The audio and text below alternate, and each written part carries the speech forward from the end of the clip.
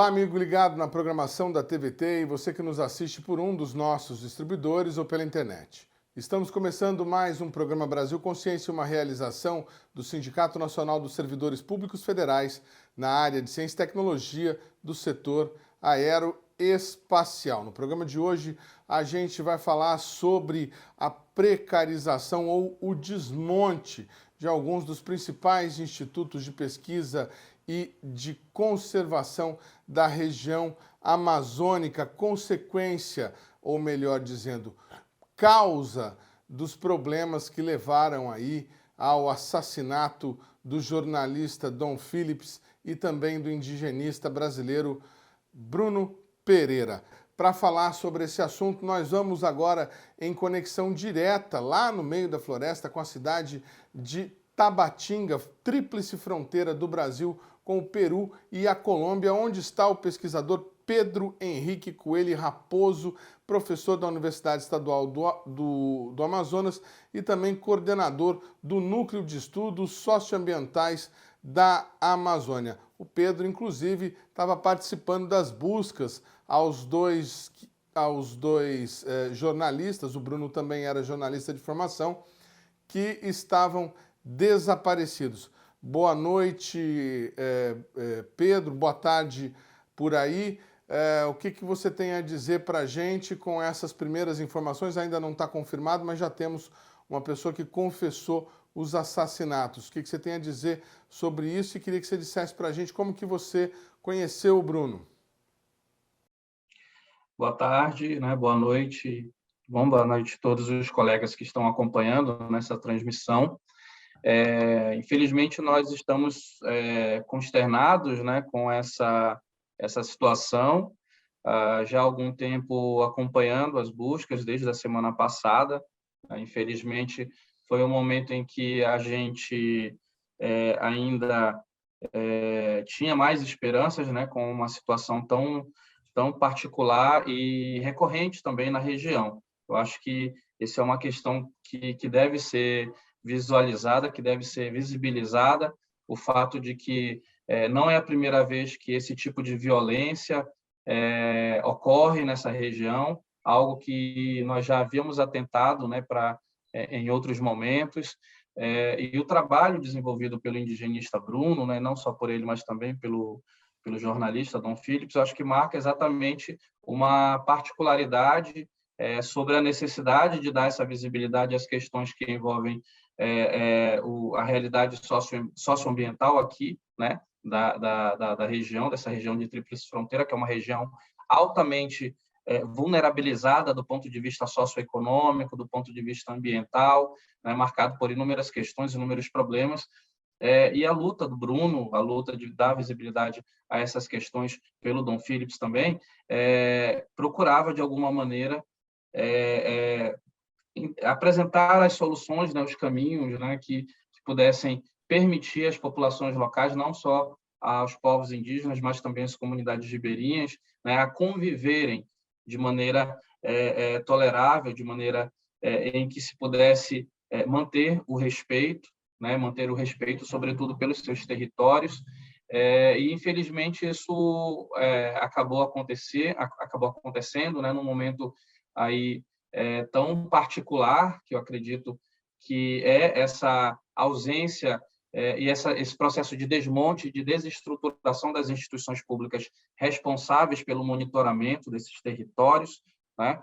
A ausência dessas instituições tem ocasionado, de alguma forma, que essas taxas de violência, de violação contra os direitos dos povos indígenas, de violações territoriais, tenham ocorrido mais nos últimos anos.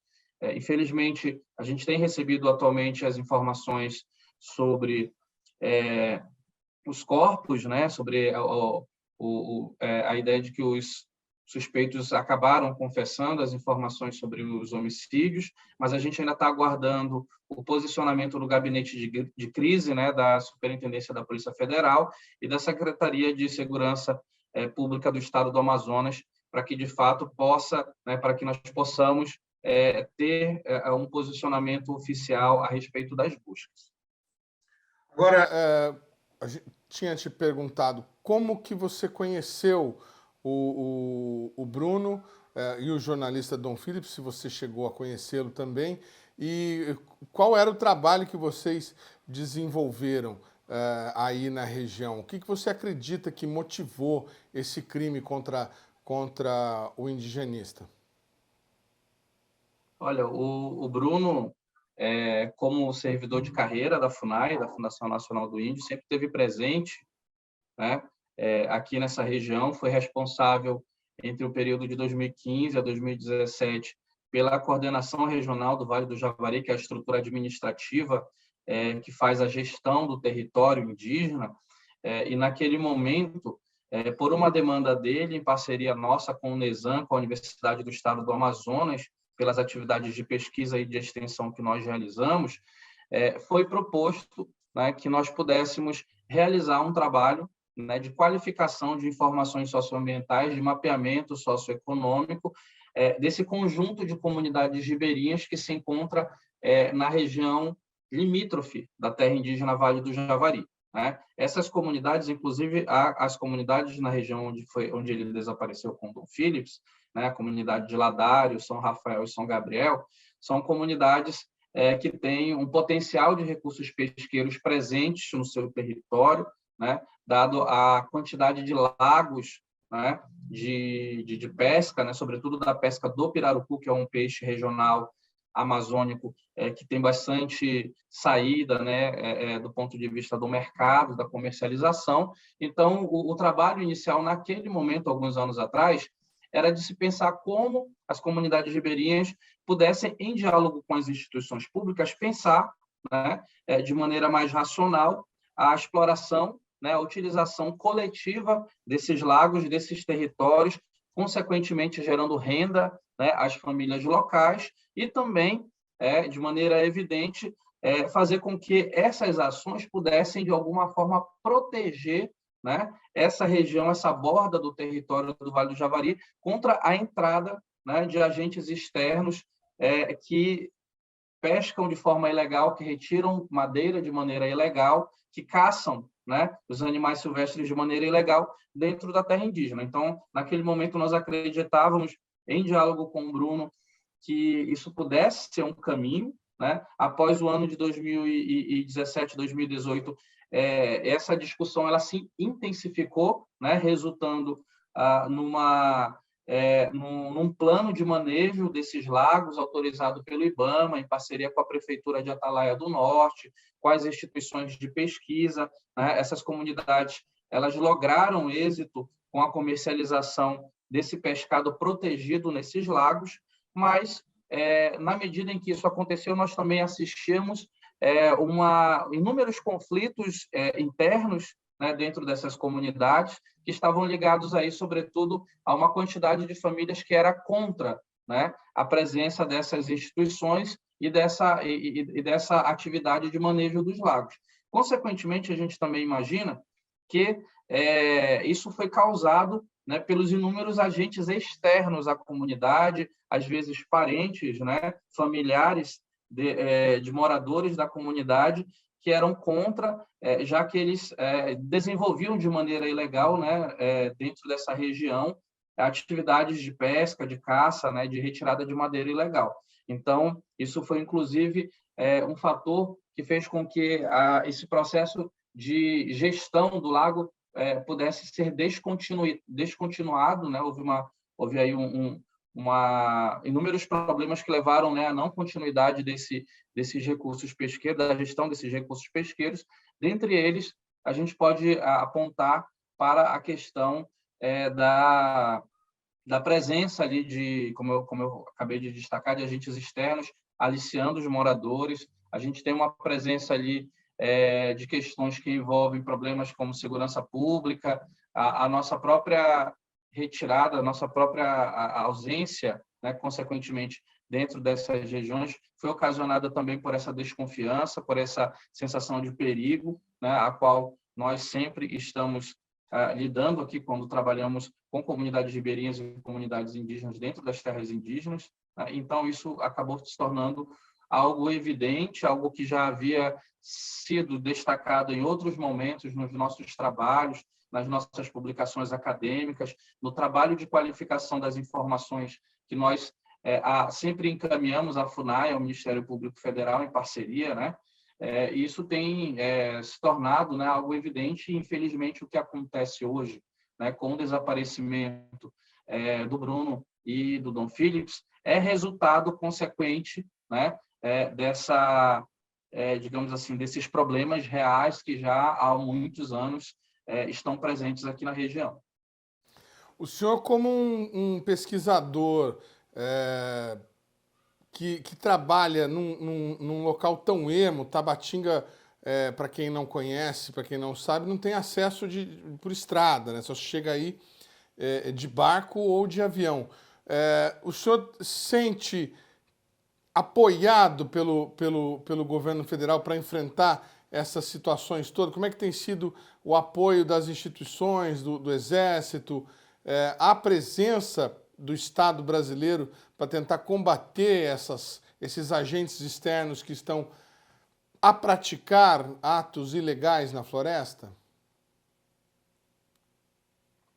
Então, a gente tem acompanhado, infelizmente, de 2018 para cá, né, mas não só de 2018, já há algum tempo, esse processo de desmantelamento, de desidratação, né, das instituições públicas responsáveis pelo monitoramento desses territórios, responsáveis pela segurança e pela integridade física da população que está presente nessa região, né? Então, isso é uma questão que é visível, que já tem inúmeros trabalhos, inúmeras publicações nossas que retratam essa questão. A gente tem lidado exatamente com essa ausência, o que eu tenho chamado de uma ausência presente dessas instituições públicas e, consequentemente, vivenciando essa realidade, né, vivenciando uma realidade onde grande parte significativa dos municípios dessa região de fronteira são municípios que têm números muito baixos, índices muito baixos de desenvolvimento humano, né? Ao mesmo tempo, índices altos de desigualdade socioeconômica, né? De acesso a recursos, né? Que permitam, digamos assim, a subsistência, a sobrevivência, né? Das comunidades, da população local. E é evidente que os problemas que envolvem aí esses mercados ilegais, por exemplo, como o narcotráfico, né? A exploração ilegal da pesca, da madeira, e da caça, né, de outros recursos naturais, acaba sendo resultado de necessidades, né, que permitem à população local sobreviver. Então, a gente tem, de fato, aí um problema muito grave, né, que é a ausência de políticas públicas para a geração de renda às comunidades locais, sobretudo as comunidades ribeirinhas, né, não indígenas, ao mesmo tempo uma falência, né, uma desestruturação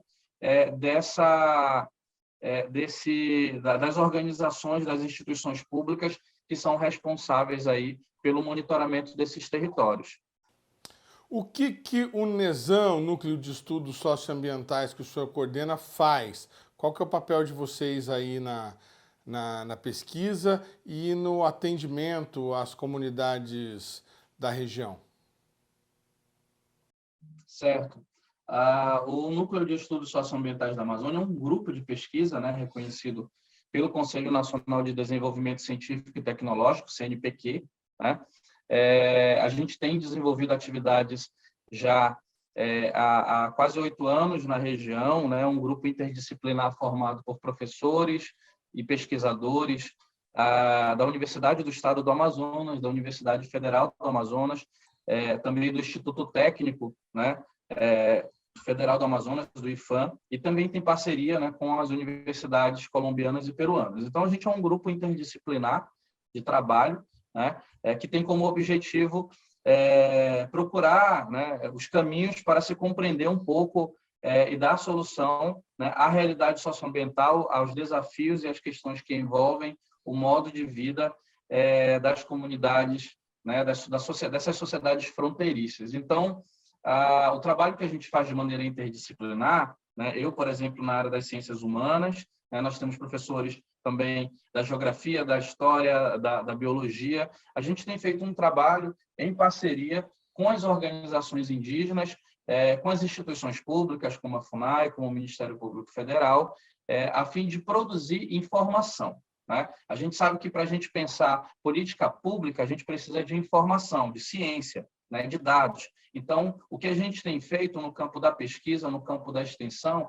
é qualificar informações do ponto de vista socioambiental, né, aquilo que nós chamamos aí de diagnósticos e prognósticos socioambientais, criando uma grande radiografia da situação econômica, ambiental e territorial dessa região, né, para que esses elementos, essas informações, elas possam, ao mesmo tempo, serem devolvidas para as organizações, para as comunidades, para que elas possam se mobilizar do ponto de vista político e solicitar às instituições as suas demandas, né? Da mesma medida, a gente acaba também encaminhando essas informações para as instituições públicas, né?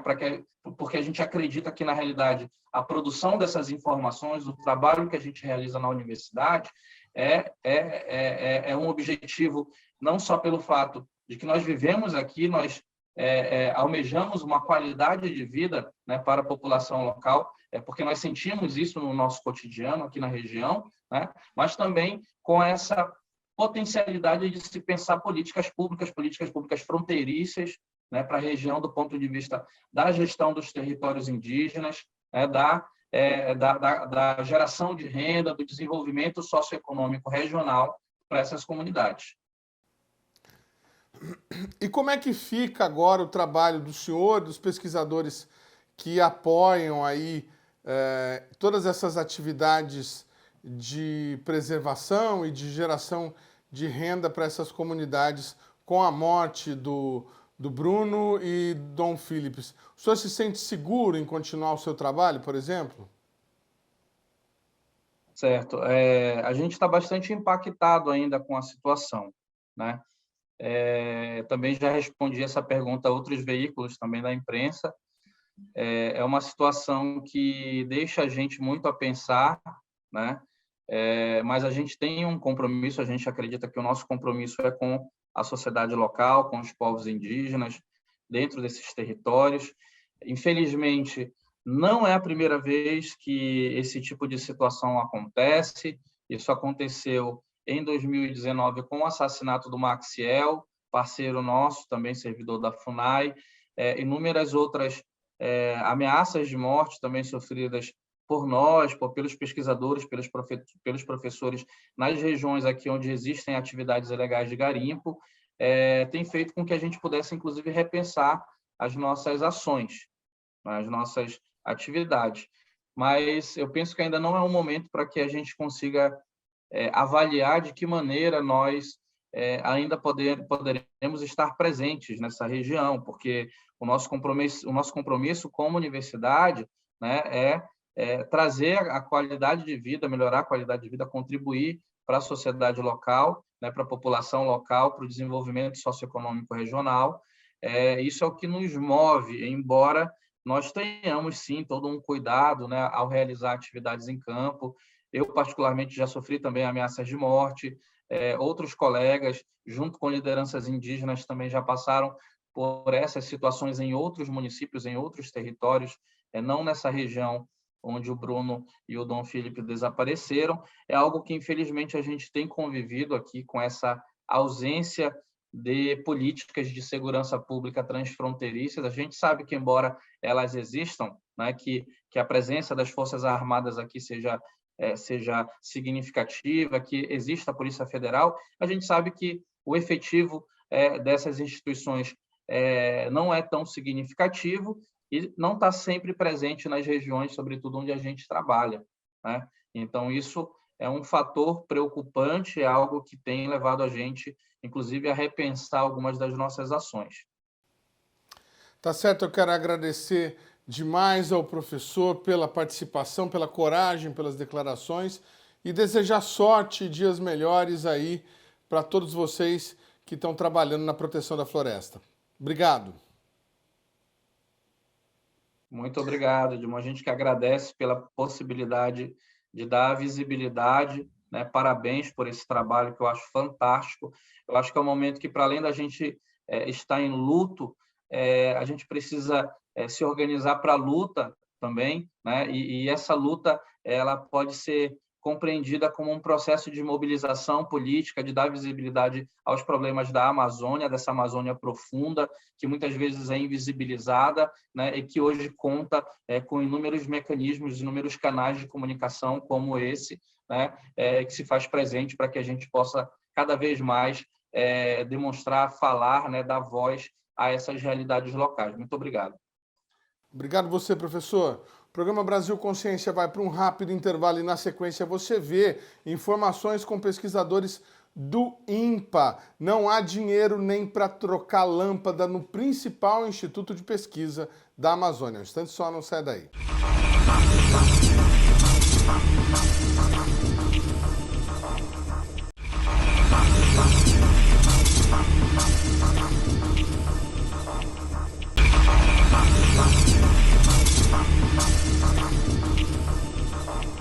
Nós vamos agora em link direto lá na Amazônia com uma pesquisadora e com um doutorando do INPA, o Instituto Nacional de Pesquisas da Amazônia, que também vem sofrendo muito com o problema do desmonte federal na área de infraestrutura. Nós vamos conversar com a pesquisadora Sônia Alfaia, que é pesquisadora no INPA já há bastante tempo, né, Sônia? E que vai trazer para a gente um cenário. Parece que o INPA, a exemplo do que está acontecendo aqui no INPE, em diversos outros institutos, está sofrendo bastante com corte de recurso e com falta de pessoal. Boa tarde, Sônia. O que você tem para nos contar a respeito desse problema? Então, boa tarde, Edmond. Eu te agradeço pelo convite, né, para falar sobre essa situação aqui do nosso instituto, que é bastante dramática, assim, né? Então, hoje, nós estamos trabalhando somente com 473 servidores, né? Lembrando que o INPA já teve, em outros tempos, 1.200 servidores. E nós temos, então, desses 453 servidores, nós estamos com 56% daqueles servidores que têm abono de permanência, quer dizer, que já poderiam se aposentar, né? E esse número ele é ainda mais alarmante se nós olharmos que, para cada 10 pesquisadores, né, 9 podem se aposentar, né? Então, isso aí traz uma descontinuidade nas pesquisas que o INPA vem fazendo, né? Então, o INPA é a principal instituição de pesquisa da Amazônia, né? Faz pesquisa em diversas áreas do conhecimento, e isso que está acontecendo é que tem fechamento de laboratórios, né? Linhas de pesquisas interrompidas, e é triste você ver tudo isso acontecendo, né? No instituto que você ajudou a criar, que a gente trabalhou esses anos todos, né? Então, é uma situação muito difícil, né? E, além disso, tem um sucateamento, né, da infraestrutura do INPA, né? Nós trabalhamos aqui na Amazônia e no momento, né, eu acho que pela primeira vez assim, na história do Instituto, a gente não tem condição de sair do INPA para ir fazer uma excursão, né? A Amazônia é grande, as distâncias são longas, né? Então, fazer pesquisa na Amazônia não é barato, é caro, sabe? E é essa situação atual que nós temos aqui. Sônia, para quem está em casa nos assistindo, você falou aí de excursão e a gente precisa deixar claro que o pessoal faz uma ideia um pouco distorcida do que é o serviço público. O que o INPA pesquisa na Amazônia? Quais são as principais linhas de pesquisa? Por que esse instituto é importante para o país? Então, o INPA ele faz pesquisa em diversas áreas do conhecimento, né? Aí vai desde da parte de ecologia, biologia da água doce, botânica, agricultura, florestas, doenças tropicais. Então, você vê que é um leque muito amplo, né, de pesquisa que nós temos aqui, né?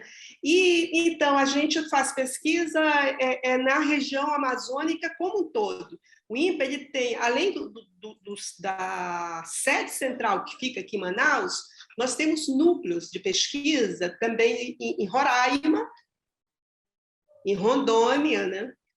No Acre, em Santarém, né? Então, o INPA é muito amplo, né? E nós trabalhamos em todas essas regiões. Muito bem. A senhora, especificamente, nos últimos tempos, tinha trabalhado com o quê? A senhora, pelo que a senhora me falou, tem quase 30 anos, mais de 30 anos de instituto? Sim, eu sou engenheira agrônoma e trabalho com a agricultura familiar, agricultura indígena, sistemas agroflorestais, agroecologia, né? E, no momento, a gente tem muitas parcerias com as comunidades indígenas aqui da Amazônia, né? E, então, por meio de projetos de pesquisa participativa, que é aquela pesquisa que você faz em parceria com as comunidades, onde os trabalhos são feitos juntos com essas comunidades, nós procuramos estudar os sistemas de produção dessas comunidades, né? E procurando meios que possam melhorar a agricultura e a economia dessas populações, ao mesmo tempo que se garanta a qualidade do ambiente, né? Do meio ambiente. Então, já estamos há mais de 20 anos trabalhando com vários povos indígenas aqui. No momento, nós estamos em uma parceria com os Saterê-Mauê, né? Os Saterê-Mauê é essa etnia que fica na região do Baixo Amazonas, na terra indígena de Iramaral. Eles são conhecidos como os filhos do Guaraná, porque foram os saterês que pegaram um cipó que crescia na floresta e transformaram em um arbusto cultivado e também encontraram o seu próprio método de processamento, né? Então, para você ver a contribuição dessas populações para todas essas espécies de plantas que nós hoje temos e que tem muito potencial econômico aqui na Amazônia. Nós não precisamos derrubar a floresta para, explorar todas as coisas boas que tem aqui, que tem um grande potencial econômico. A pesquisadora Sônia estava falando da questão do corte de recursos. Vamos colocar na tela nesse momento. É um gráfico atualizado até 2019, mostrando então a evolução ou a involução dos investimentos no INPA, o Instituto de Pesquisa da Amazônia. Pessoal que não dá importância para Instituto de Pesquisa que realiza pesquisa direto na floresta, tentando explorar as potencialidades, pesquisa brasileira. Então vamos aos números. 2014, tivemos ali por volta de 7 milhões de reais em investimento no Instituto, se manteve praticamente o mesmo, eu estou falando de números realizados, não aquilo que foi orçado, em pouco mais de 6 milhões em 2015. 2016 sobe para casa dos 8 milhões, e aí, né, depois do golpe de 2016, nós tivemos uma queda abrupta nos investimentos de pesquisa na Amazônia para quase a casa de 3 milhões em 2017, se manteve em 2018 e atingiu irrisórios 1 milhão e alguma coisa no ano de 2019. Como é que está o orçamento do INPA nesse momento para 2022, Sônia? Vocês estão aí sofrendo com corte ainda? Olha, como eu te falei, Edmond, hoje nós não temos recursos para fazer nenhuma excursão, né, nos rios, nas comunidades, né? Porque, assim, o INPA não tem como pagar o deslocamento, né? Você precisa sair daqui, precisa...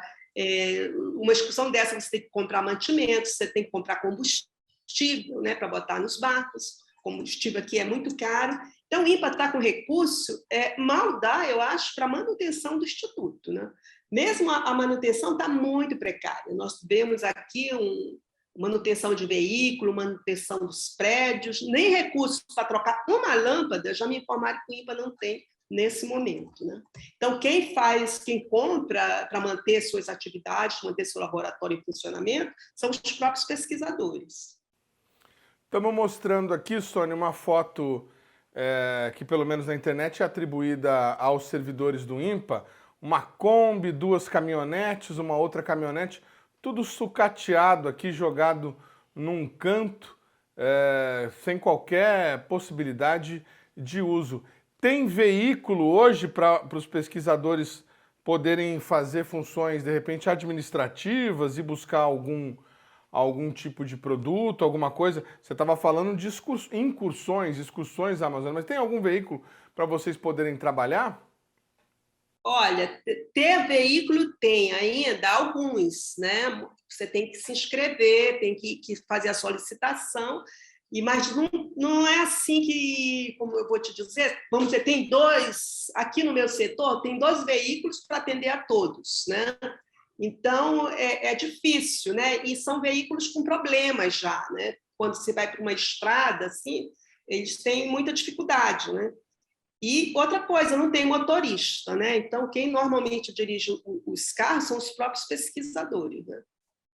E outra coisa que eu queria falar, Edmond, é que quem faz pesquisa hoje no INPA, o INPA sobrevive graças aos estudantes da pós-graduação. Então, o INPA tem mais de 500 estudantes de pós-graduação que fazem suas dissertações de mestrado e tese de doutorado. Então, eles precisam fazer essas coletas, né? E então o que está acontecendo o que está acontecendo atualmente é isso, que quem segura a pesquisa no INPA são os estudantes da pós-graduação. Se não for, assim como o Lucas aqui, né? Se não fossem esses estudantes, o INPA já teria fechado as portas há muito tempo.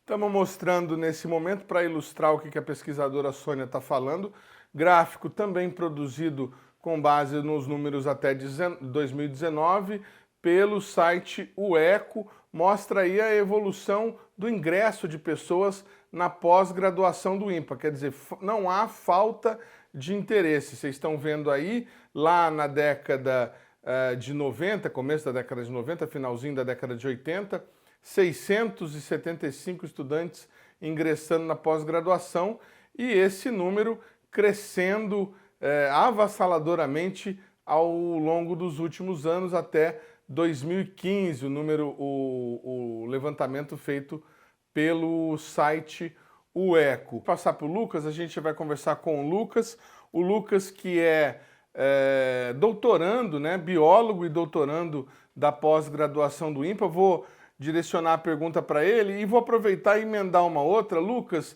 vocês estudantes, na sua maioria, vocês têm bolsa para poder fazer essas pesquisas aí no INPA? Perfeito, Edmond. Muito prazeroso estar aqui compartilhando um pouquinho desse assunto com vocês. O INPA, como a Sônia falou, ele abrange diversos temas de pesquisa, né? Por exemplo, o INPA deu o primeiro alerta da segunda onda de Covid-19 para Manaus, uma pesquisa que eu tive o prazer de coordenar, publicada na Nature Medicine, por exemplo, né? O INPA tem liderado uma série de pesquisas em vários temas, desde clima, relações entre as espécies da Amazônia, questões de viabilidade econômica de obras na Amazônia, né? Produção de biodiversidade para recursos financeiros. Então, o INPA tem feito uma série de pesquisas em todos os aspectos fundamentais, tanto para a área de saúde pública, farmacológica, controle de vetores de doenças, economia, sustentabilidade, manejo de espécies amazônicas e também voltado para a população amazônica, né? Então, os alunos do INPA, eles têm, como a Sônia falou, segurado as atividades de pesquisa, porque o INPA, como foi colocado, tem um déficit de pesquisadores hoje em relação ao que já teve um dia, né? Em suma maioria, esses alunos têm alguma bolsa, né? É necessário que tenham um vínculo com o INPA através de uma bolsa. Entretanto, depois que a bolsa termina, muitos alunos têm evadido da instituição, uma vez que esses alunos não permanecem na instituição ou até na região amazônica, justamente pela falta de oportunidades.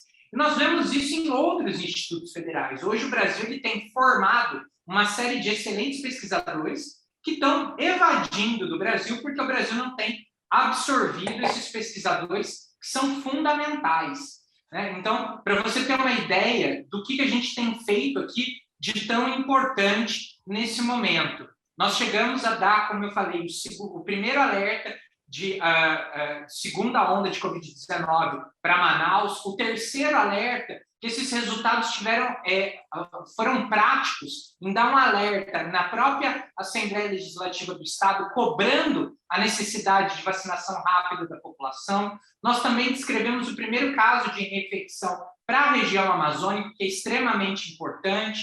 Nós produzimos o artigo que mostra o maior desmonte ambiental propiciado pelo governo Bolsonaro na região amazônica, inclusive que nós temos demonstrado que tem favorecido o crime organizado na região, né? Então, tudo isso tem sido produzido por pesquisadores e pós-graduandos do INPA, em conjunto, precisamos lembrar em condições de sucateamento da instituição, né? Se o INPA estivesse a todo vapor com os investimentos em ciência e tecnologia que nós tínhamos equivalente aos governos anteriores, nós poderíamos estar fazendo muito mais. Eu imagino que todo esse apoio que vocês dão acaba refletindo na vida da população, da população da floresta, as pessoas que moram aí, ribeirinhos, que moram na região da Zona Franca de Manaus. O que o INPA impacta na vida da população em geral do Amazonas e mais precisamente da população mais pobre? Eu vou responder para você, Edmo. Você vê, nós fazemos hoje pesquisa, que eu te falei antes, junto com os produtores. No momento, nós estamos com uma pesquisa, por exemplo, para fazer melhoramento participativo. Quer dizer, pegar uma planta aqui, uma espécie nativa da Amazônia, e melhorar junto com os produtores. Então, você faz a seleção daquele material junto com eles, né, e vai criando novas variedades a partir de uma variedade que não apresenta ainda aquelas características que são desejáveis no fruto, né? No momento, a gente trabalha, por exemplo, com melhoramento participativo de pupunha no município de Quari, com os produtores de lá, os produtores familiares. E também nós trabalhamos com os produtores de Codajás no açaí. Codajás é um município aqui do Amazonas que é o maior produtor de açaí daqui. E nós, então, junto com eles, estamos criando uma variedade que vai produzir na entre-safra, porque na época da entre-safra do açaí, a qualidade do açaí diminui muito, né? Então, uma maneira que a gente tem é fazer esse trabalho e colocar uma variedade nova. Também trabalhamos lá com o Isaterê Mauê para melhorar, para recuperar o potencial produtivo dos guaranazás dos isaterês, né? Também, hoje, os isaterês eles vendem os produtos deles para a França e para a Itália.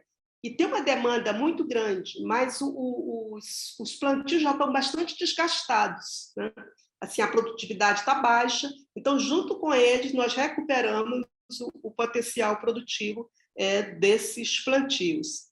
Uma outra coisa para você ver, hoje, aí no Sudeste, tem o plantio de palmito de pupunha, né?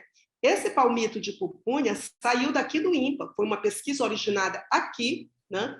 E que hoje todo o Brasil usa. E hoje nós trabalhamos, então, com a mesma espécie, né, a pupunha, mas para melhorar o fruto da pupunha. Um outro exemplo, nós estamos trabalhando agora, nesse momento, com os produtores do Careiro da Várzea para fazer o processamento do abacaxi. Eles são produtores de abacaxi, eu não sei se você sabe, mas o Amazonas tem o melhor abacaxi do planeta Terra, não tem outro igual. E nós, então, vamos fazer... Eles têm muitas perdas na época da safra, uma vez que não conseguem escoar a produção, muitos frutos são estragados, então hoje nós estamos lá reativando uma fábrica artesanal e vamos colocar esse produto deles no mercado, né? Isso aqui só lembrando algumas pesquisas que nós temos mais recentes, né, com os produtores aqui do Amazonas. A senhora está falando desses trabalhos todos, e para que quem está em casa consiga entender, a população atendida ela é exclusivamente indígena? Não, são assim, as populações tradicionais da Amazônia, né? Aqui nós atendemos a todos os produtores familiares como assentados da reforma agrária, extrativistas, ribeirinhos e populações indígenas. E também estudantes, tem muitos estudantes que são capacitados também, esses institutos federais de educação que estão no Amazonas, também nós fazemos parceria com eles e ministramos esses cursos de capacitação. E também produzimos cartilhas, né, para dizer assim, né, não só artigos científicos, mas também produzimos cartilhas numa linguagem muito acessível, né, para distribuir para a população que tem dificuldade de ter um material didático, né? Sônia, com esse minúsculo recurso que o governo federal tem dispendiado para vocês aí, vocês atendem mais ou menos quantas pessoas com essas ações todas que você me falou? Tem ideia desse número? Olha, como eu te falei, né, nesse projeto que eu peguei do governo federal, a gente conseguiu capacitar 2.000 produtores rurais, né, entre extrativistas, indígenas, assentados, né? Então, eu acho que só no seu trabalho, só nesse trabalho que a senhora está falando. Sim, porque esse também é um trabalho de extensão, né? Com esse trabalho nós atingimos isso. E em 2 anos, tá? Tem que colocar o período que foi. Legal, o programa Brasil Consciência vai para um rápido intervalo e a gente volta já já para falar mais sobre esse assunto. Um instante só, não sai daí.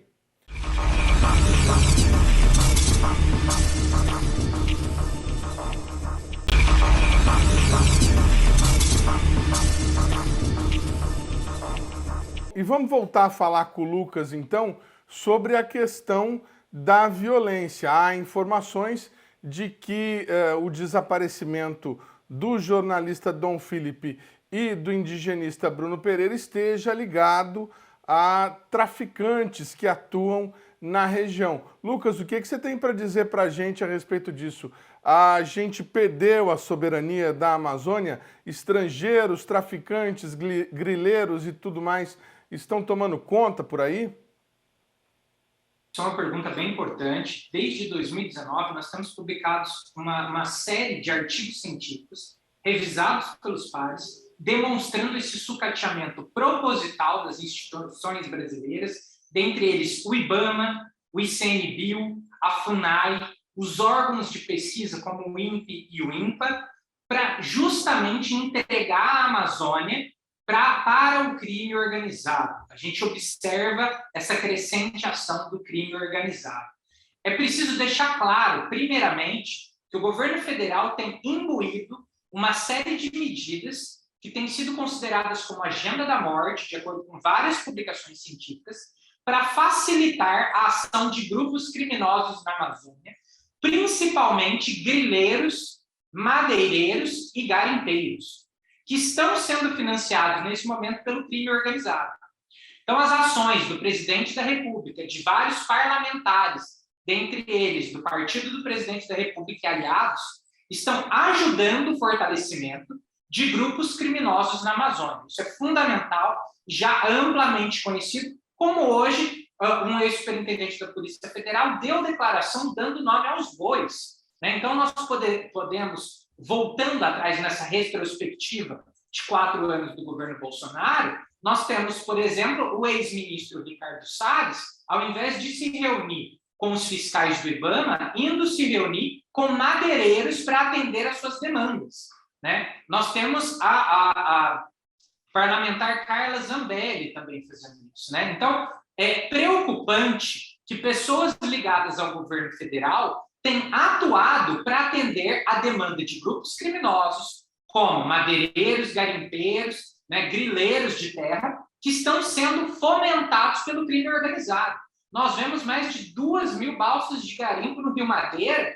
Um equipamento da balsa de garimpo custa mais de R$1 milhão para uma balsa. É importante dizer que não é o pequeno garimpeiro que está fomentando isso. Isso é com dinheiro do crime organizado. E nós temos diversos projetos de lei justamente para facilitar a ação desses grupos e organizações criminosas. Isso é muito sério.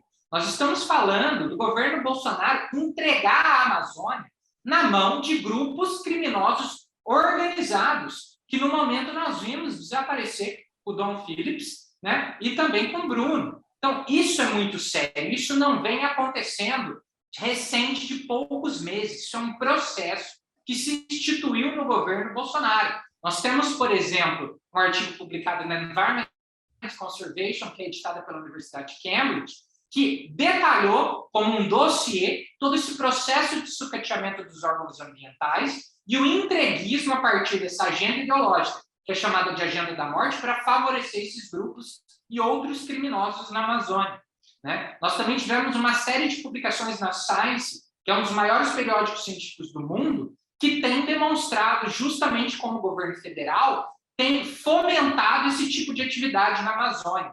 Então, isso está ligado às ações dos nossos parlamentares, à base do governo e ao presidente da República, né? Uma vez que isso está ligado não só aos projetos de lei, mas como os discursos de ódio desses parlamentares têm endossado esse tipo de ação. No começo do mandato do Jair Bolsonaro, ele deu uma declaração de que nem 1 centímetro de terra ia ser demarcado para povos indígenas. Na semana seguinte, a terra dos Urereuauau foi invadida em Rondônia e aqueles invasores, que eram madeireiros e grileiros, falaram que agora que o presidente era Jair Bolsonaro, eles estavam reivindicando aquela terra para eles, e se os indígenas tentassem reaver a terra, eles iam decapitar todas as crianças. Então, esse é o sinal hoje que a gente tem observado na Amazônia. Uma outra publicação na Die Erde, que é editada pela Associação Geográfica de Berlim, nós denunciamos a ação dos militares, né? O Exército Brasileiro, cuidando da Covid, distribuiu hidroxicloroquina para os indígenas, que é um medicamento que não tem nenhuma eficácia, colocando diversas etnias em risco. Esses mesmos militares, quando colocados para combater a grilagem de terras na Amazônia, propositalmente interferiram nas ações de fiscais do IBAMA. Propositalmente deixaram de fiscalizar as áreas que são consideradas hotspots de desmatamento. Então, tudo isso vem a partir de ordens do governo federal. O governo federal instituiu a passe livre para os criminosos na Amazônia, instituiu a expansão das atividades criminosas na Amazônia e entregou a Amazônia para esse tipo de gente. Nunca houve entreguismo da Amazônia como o presidente Jair Bolsonaro providenciou durante o mandato dele. Então, vamos repetir e tentar deixar claro. Não é questão de incompetência ou de entendimento diferente daquilo que pode ser feito com a floresta. É um projeto de entrega para exploração desenfreada e assassinato e subjugamento de população indígena. Edmond, veja que o que eu estou falando aqui não é nem minha opinião, isso já são dados revisados pelos pares, publicados nos maiores periódicos científicos do mundo, né?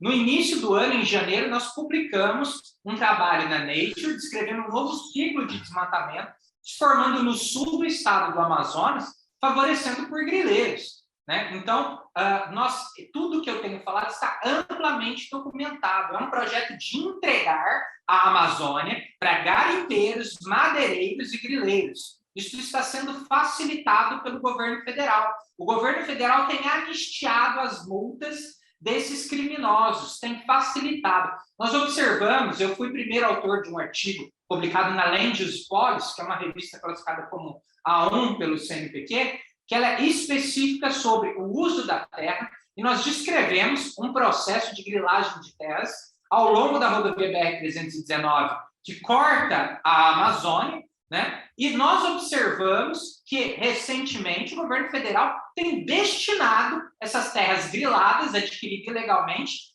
a essas pessoas, a esses criminosos, né? Então, nós vemos que é um projeto de ocupação da Amazônia, com tudo que não gera renda para a população. Nós precisamos deixar claro para a população que está nos assistindo que essas pessoas primeiro favorecem grandes produtores, grandes empresas, ou o próprio crime organizado. A gente não está falando de pessoas que precisam dessas atividades para subsistência, né? Os indígenas, os ribeirinhos, muito pelo contrário, eles são afetados por esse tipo de atividade, né? Porque muitas vezes um grileiro, um madeireiro, ele invade uma área de uso tradicional da população local, colocando essas pessoas para fora. Como nós vimos, por exemplo, no município de Manicoré, na região do Lago do Capanã, onde madeireiros e grileiros adentraram uma área de uso tradicional indígena, uma área que servia para a área extrativista de 23 comunidades. E essas comunidades juntas arrecadavam, através de extração de óleo de copaíba e outros produtos da floresta, mais de R$600 mil por mês. E o que a gente vê hoje? Essa área invadida e todo esse recurso que ia para as comunidades da Amazônia, deixando de chegar nessas comunidades por conta de invasores grileiros que vieram de outros estados tomar a terra do povo amazonense. Então, é muito grave quando a gente vê esse processo, porque o Estado está tendo perda econômica. Não só isso, nós estamos perdendo serviços ecossistêmicos fundamentais da floresta, como as chuvas que vão para o sudeste do Brasil abastecer, por exemplo, o sistema Cantareira, que irriga São Paulo, a região mais populosa do Brasil. As chuvas têm diminuído ano a ano por conta do avanço da degradação da floresta. Então, nós estamos falando de uma agenda da morte, como o artigo da Environment Conservation, que é editada pela Universidade de Cambridge, tratou. É uma série de projetos de lei e uma visão ideológica imbuída pelo governo federal nesse momento para sucatear a fiscalização da Amazônia, vulnerabilizar principalmente terras públicas e dar chance de ocupação para grupos criminosos, principalmente como madeireiros, garimpeiros e grileiros. Quando eu estou falando de grupo criminoso, eu estou falando de pessoas com ligação com o PCC, eu estou falando de pessoas com ligação a Comando Vermelho. Esses são os financiadores dessas ações de garimpo e grilagem de terras, que estão sendo favorecidas por vários PLs que o senhor Jair Bolsonaro tem colocado para a Amazônia. Então, isso é muito sério. O nosso presidente da República tem trabalhado para organizações criminosas, e isso precisa parar. Lucas, algumas pessoas estão dizendo que essa violência ela tem acontecido com grande frequência e que nós só estamos tendo notícias agora dela por conta de ter atingido um indigenista e um jornalista internacional. Você citou aí um caso de uma invasão de terra em que os índios foram ameaçados se tentassem retomar. Como é que está essa questão da violência contra a população indígena? A gente tem notícia de comunidades que desapareceram, de crianças que foram jogadas no rio, meninas estupradas. Fala para a gente um pouco sobre essa situação toda. Edmond, nós temos publicado uma série de artigos científicos, inclusive na Science, que é o maior periódico científico do mundo, junto com a Nature, sobre isso, e temos denunciado uma série de invasões. Hoje não existe terra indígena que não esteja vulnerável na Amazônia. Justamente porque nós temos, inclusive, esse marco temporal proposto pelo presidente da República, que visa destituir todas as terras oficializadas e demarcadas depois de 1988. Nós estamos falando de mais de 30 anos de retrocesso nas questões indianistas no Brasil. Então, justamente, o Bruno, o Dom Phillips foram assassinados por defender o direito desses indígenas. Nós temos visto o presidente da República querendo vulnerabilizar mais de 80% das terras indígenas demarcadas no Brasil, como, por exemplo, a Raposa Serra do Sol, que tem enfrentado uma explosão de garimpo em suas terras, com mais de 20 mil garimpeiros ali dentro. Então, nós estamos falando de áreas sobre alta pressão. A terra indígena São João, no município de Tapauá, que foi cortada por um ramal ilegal, aberto com retroescavadeira da própria prefeitura de Tapauá, cortando uma terra indígena numa unidade de conservação, onde os indígenas foram ameaçados por ir em partes da sua própria terra.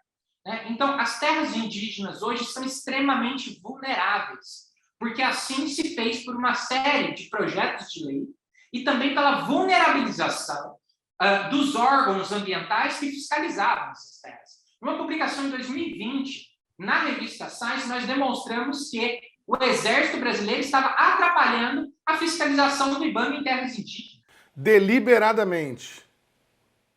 Deliberadamente. Não é uma questão de incompetência, não fizeram porque não sabiam o que estavam fazendo. Eles foram lá para atrapalhar. Nós temos um artigo, inclusive, que trata principalmente da questão da militarização para a proteção da Amazônia, publicado na Die Erde, que é editada pela Associação Geográfica de Berlim. né, como militares e a Covid-19 foi utilizada como cortina de fumaça para a destruição da Amazônia. Esse é o título do artigo científico, né? Então, nós temos demonstrado isso.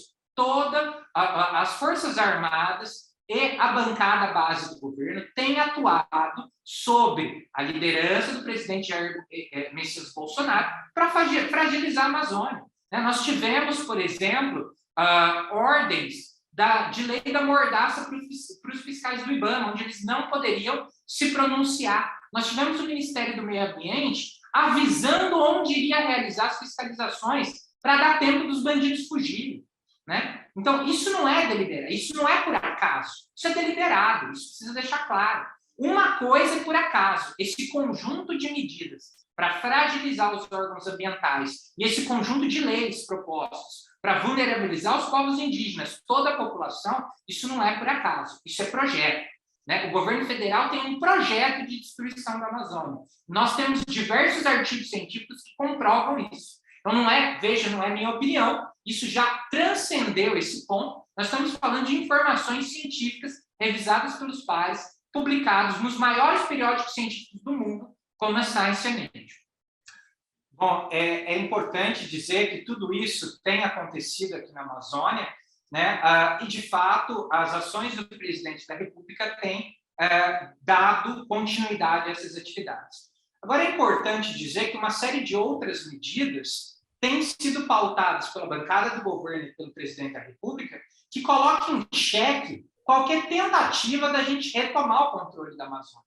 Um deles, por exemplo, foi diversos projetos de lei, inclusive um que foi aprovado há poucos meses, e eu fiz uma representação ao Ministério Público Federal, embasado em artigos científicos, isso está na mão da PGR, parado. Esse projeto visava liberar o aumento de portes de armas para caçadores, atiradores, né, desportivos, né, o que facilita o porte de arma e o porte de munições na Amazônia, que facilita ainda mais ações desses agentes que estão invadindo terras indígenas, terras da União, né? Então, esses parlamentares estão distribuindo armas, né, na Amazônia, o que tem contribuído para essas ações, principalmente de ataques a terras indígenas. Projeto do governo federal, né? Precisamos também lembrar das falas antidemocráticas do presidente da República e o evento de 7 de setembro,